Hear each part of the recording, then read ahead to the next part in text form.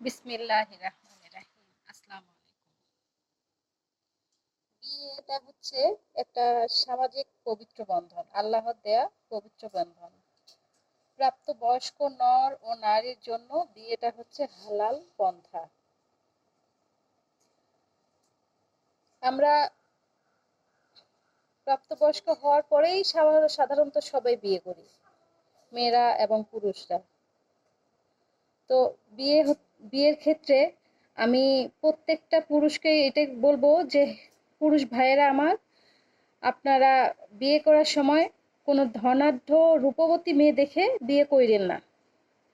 বিয়ে কইরেন একজন আদর্শ নেককার নারীকে।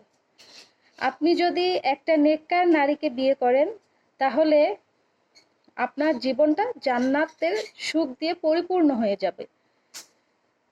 আর একটা পুরুষের জন্য এই পৃথিবীর সবচেয়ে উত্তম নেয়ামত, উত্তম সম্পদ হচ্ছে একটা নেককার স্ত্রী। একটা নেককার স্ত্রী পারে একটা স্বামীর সংসারকে জান্নাতে পরিপূর্ণ করে দিতে। আর মেয়েদের ক্ষেত্রে এটাই বলবো যে, কোনো ধনাঢ্য ব্যক্তি, রূপবান পুরুষ দেখে বিয়ে করিও না। কারণ বিয়ের ক্ষেত্রে একজন আদর্শ নেককার পুরুষই যথেষ্ট।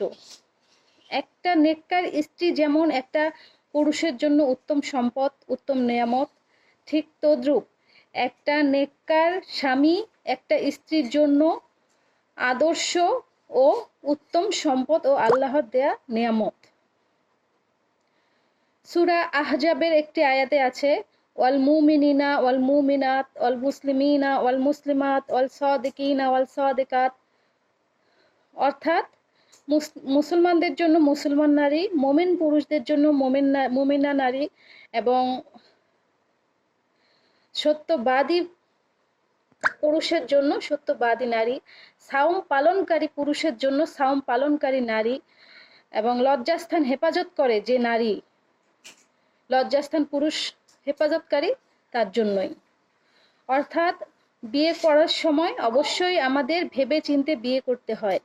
বিয়েটা সারা জীবনের খেলা, বিয়েটা দুদিনের জন্য নয়। বর্তমানে আমাদের সমাজে বিয়ে নিয়ে অনেক রকমের তামাশা আছে। বিয়ে করছে, কন্ট্রাক্ট ম্যারেজ করছে, আবার দুদিন পর ডিভোর্স হয়ে যাচ্ছে, আবার কেউ লিভ টুগেদার করছে।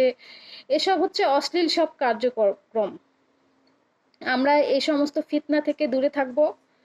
আমরা আল্লাহর দেয়া বৈধ নিয়ামত, বিয়েটাকে বৈধ নিয়ামত হিসেবে, হালাল পন্থা হিসেবে, শরিয়া মোতাবেক, মুসলমানের ভিত্তি মোতাবেক বিয়ে করব।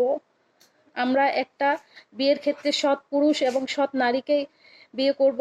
এটাই আমাদের মুসলমানদের হালাল পন্থা, হালাল চিন্তাধারা হওয়া উচিত, এবং এটাই আমাদের কর্তব্য, এটাই আমাদের অবশ্য পালনীয়।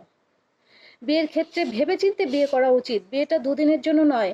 একটা পুরুষের তখনই বিয়ে করা উচিত যখন সে মনোবলের দিক থেকে শক্তিশালী হবে, যে না, আমি এই মেয়েটাকে বিয়ে করব, আমি তার ভরণ পোষণ দিতে পারবো, তাকে পালতে পারবো।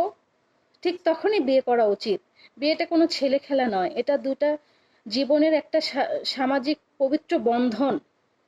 আর এই পবিত্র বন্ধনকে ভালো করতে হলে, জান্নাতের সুখ দিয়ে পরিপূর্ণ করতে হলে, আমাদের অবশ্যই হালাল এবং নেককার স্ত্রীকেই বিয়ে করা উচিত। নেককার নারী একটা পুরুষের জন্য চোখের প্রশান্তি।